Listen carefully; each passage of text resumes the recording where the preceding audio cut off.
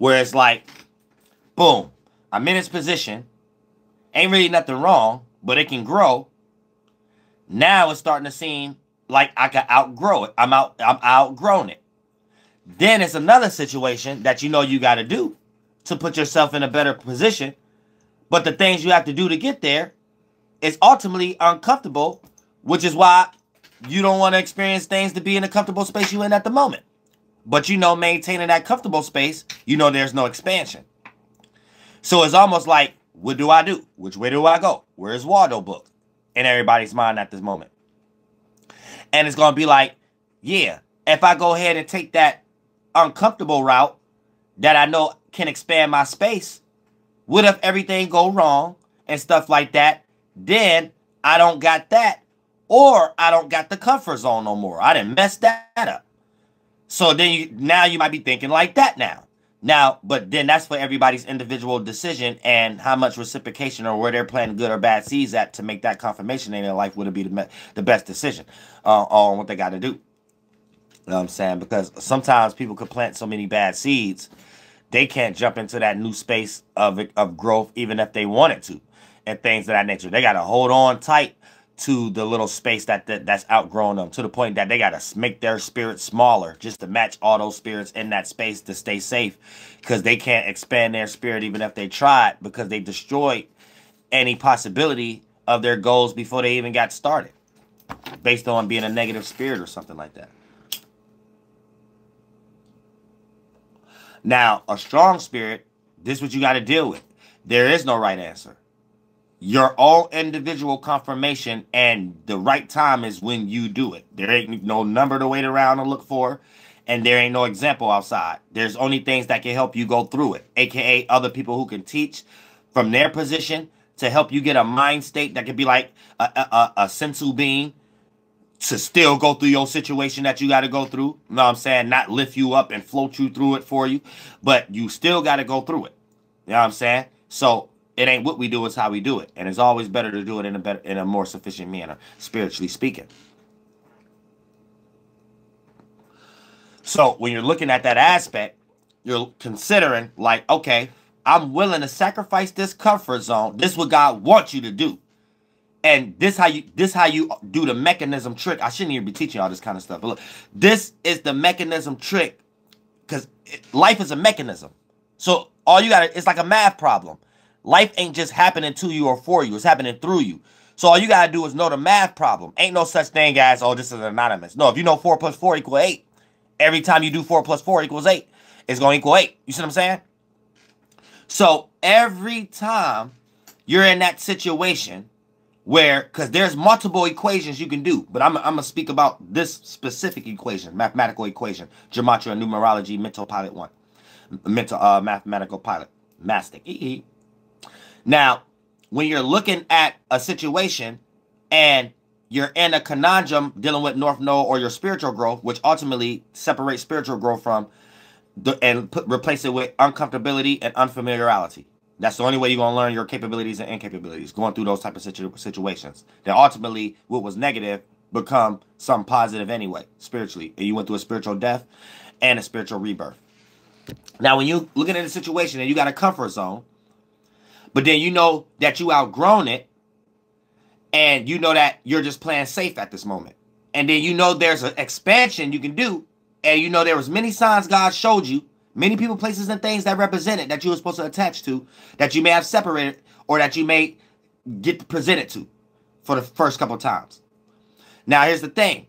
The moment you come up with the grip decision that you're willing to sacrifice the comfort zone and realize that you're playing safe, you sacrifice that energy to God. You don't hold on to it and stay inside of it. And then you show God that, okay, you're willing to fully go ahead and expand, regardless if you could go back to that comfort zone or not, and you'll figure it out along the way. That's when God will put you in a situation where you won't even lose the comfort zone. You will be able to do that next expansion, and that next expansion will accumulate something for you to even take care of the comfort zone even better. Even if you don't even have to be around as much. You see what I'm saying? And everything can be cool there. No animosity or no bridge burning. Right? Now, there's other equations you can take mathematically. Each mental state, thought, and feeling is an equation. It's a mental number. each thought you built in one of these characters. For an example, if you want the number 1, that's a selfish thought. If you want a number 9, that's a wise thought and feeling. If you want the number 6, that's an attention-seeking thought or feeling, or one you just lost in too much. Fourth one, you get it? So you put mathematical equations together. Now, let's say you in this situation right now where you're looking at something and you're in this comfort zone and you're just playing safe at the moment, but you know you outgrown it. But you know you can stay in it, but you know people look at you like, why you ain't doing more? But you know that the situation you in, you ain't falling off nowhere either, though.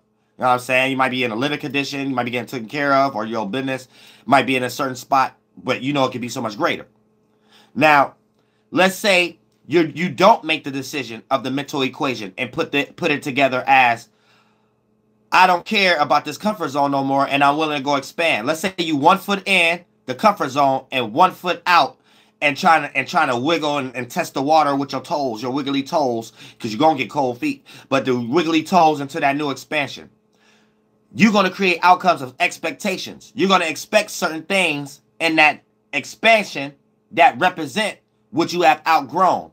And if you don't see the things in that expansion that make you feel familiar with what you're caught in, that you're outgrown, you may get caught in limbo, where you start playing victim or blaming or putting pressure on the people that you're familiar with 1 foot in, make them feel guilty about something that they probably can't even help you with, just to spring yourself into what you're wiggling in to feel safe to go fully forward in that, to expand your space, right? To the point that you create weird energies with the gatekeepers there, because that indecisiveness energy creates untrustworthy energy. And then you get caught in limbo where you can't expand, or you ain't fully stuck. So you have to actually act like there's something holding you back. You have to actually make excuses. And this play out in a 1, 2, and 3rd dimension as procrastinating, victimizing. You know what I'm saying? Making small issues bigger than what they actually is. Where this is a person that you're looking at that's refusing to grow. They're refusing to change. They're refusing to expand. They're shaking hands with the devil, looking for expectations where there aren't any, and forgot to know that they have to be used as a vessel for God, as the single example for others. And there's no example for you if you're the strong spirit. You have to put in the work, and that's how you get the benefits that God give you that you would have been crying for anyway when you were shaking hands with the devil. See what I'm saying? So that's when you even get on that type of spiritual journey.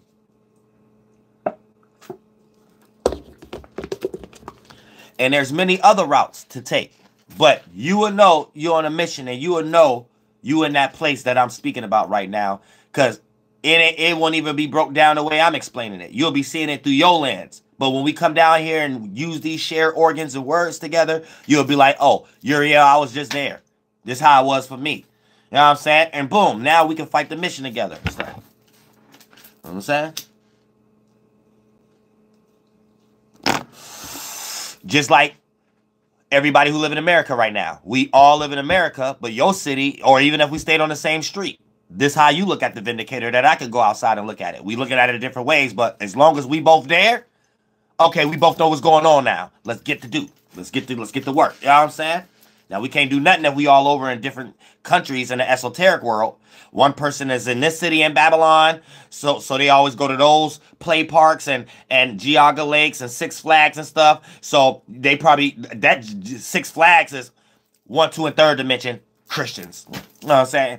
So you got one person in this Babylon city and state down in Babylon that's real separate. That's a spirit that need to come together so we can make a playground for ourselves, not an idle playground like the devil. They probably at one over there, and then they probably always go to Universal Studios or SeaWorld, right? SeaWorld always black, red, and green. 1, 2, and 3rd dimension. They probably lost in Hinduism or something like that, or Pan-Africanism. Y'all get what I'm trying to say? But like stuff like that. We all spread it out in too many different cities and states in Babylon. Thank you so much for the donation. Say Uno ATL. I appreciate that from the bottom of my heart. Real stuff. Oh yeah, and I emailed you that back too. I'm about to finish that and loop that up, and you had that tonight. Real stuff. Yeah.